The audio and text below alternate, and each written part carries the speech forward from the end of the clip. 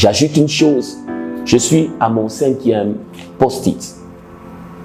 Si je dois résumer l'impact des relations, qu'est-ce que je peux dire à ce niveau, après avoir parcouru mes 4 premiers post-it?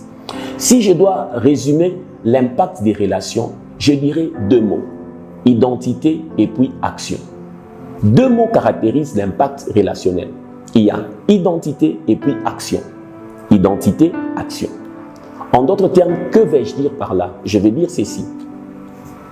Les relations déterminent qui nous devenons et ce que nous allons faire. Tu ne peux pas vouloir devenir un grand musicien et aller chercher des amis footballeurs. Il y a une divergence d'aspiration, une divergence d'énergie, une divergence de compréhension dans la course de la destinée à ces niveaux.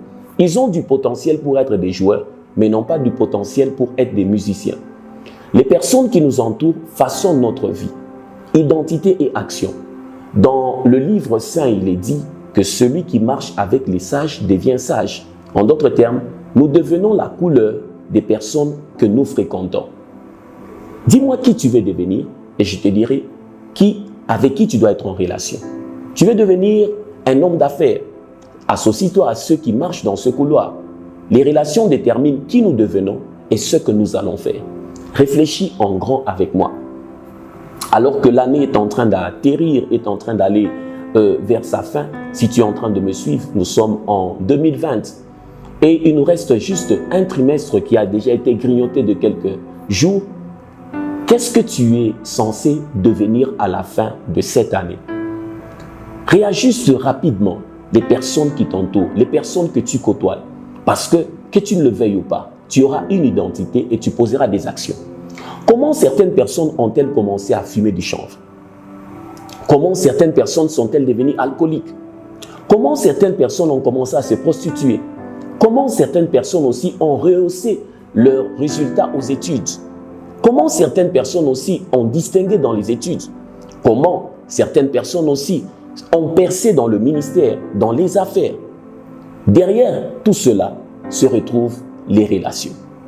Les personnes qu'ils ont amenées dans la barque de leur destinée ont façonné leur identité et les ont poussées à poser des actions. Alors que j'arrive à mon 6e post-it, je voulais te faire comprendre maintenant, si les relations nous façonnent, si les relations nous poussent à faire, identité et action sont les conséquences d'amener des gens dans nos vies.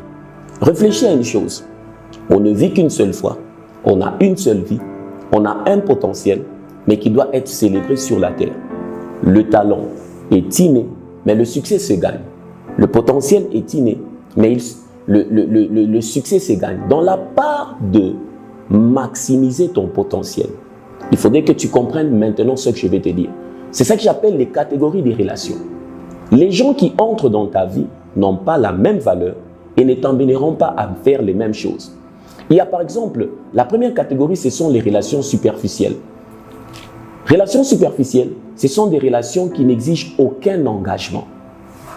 Parce que le mot derrière toute relation, c'est le mot engagement.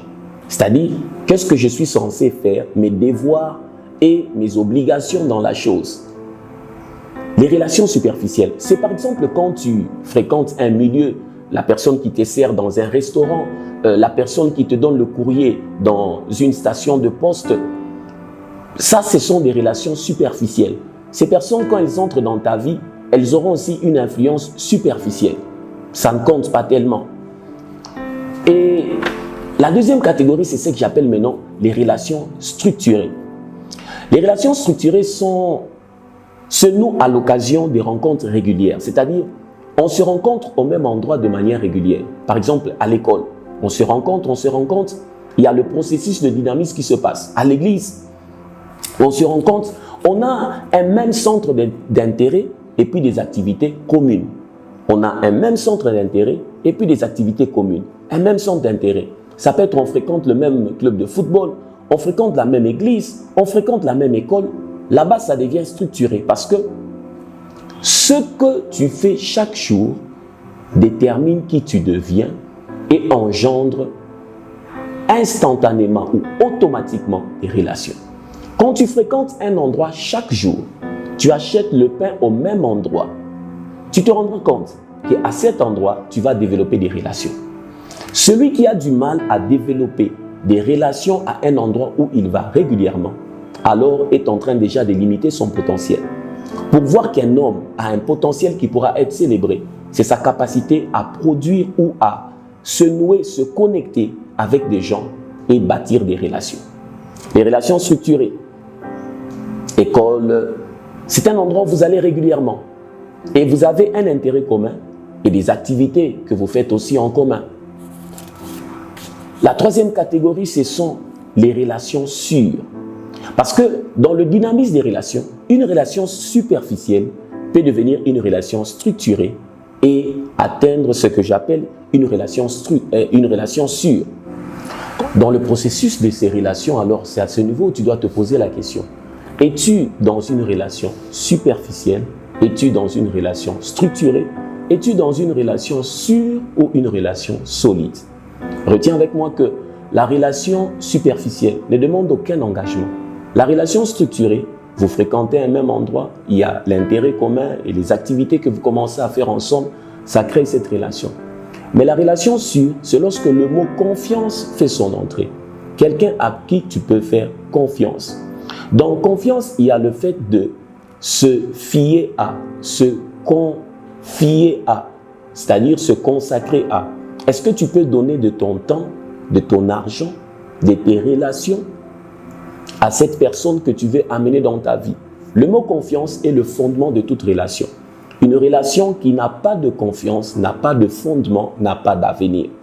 Et quatrièmement, maintenant, ce sont les relations solides. Lorsqu'une relation devient sûre, elle est en train de transiter vers une relation solide. Et ce sont ces personnes-là maintenant qui, lorsque tu les amènes dans ta vie, ton potentiel peut subir vraiment une influence, une mutation. Retiens avec moi, j'ai fait comprendre que l'identité, les actions sont façonnées ou déterminées par les personnes que nous emmenons dans la barque de nos vies. Personne ne peut entrer dans ta vie sans t'aider à devenir quelqu'un ou bien te donner une certaine étiquette ou bien te pousser à poser certaines actions.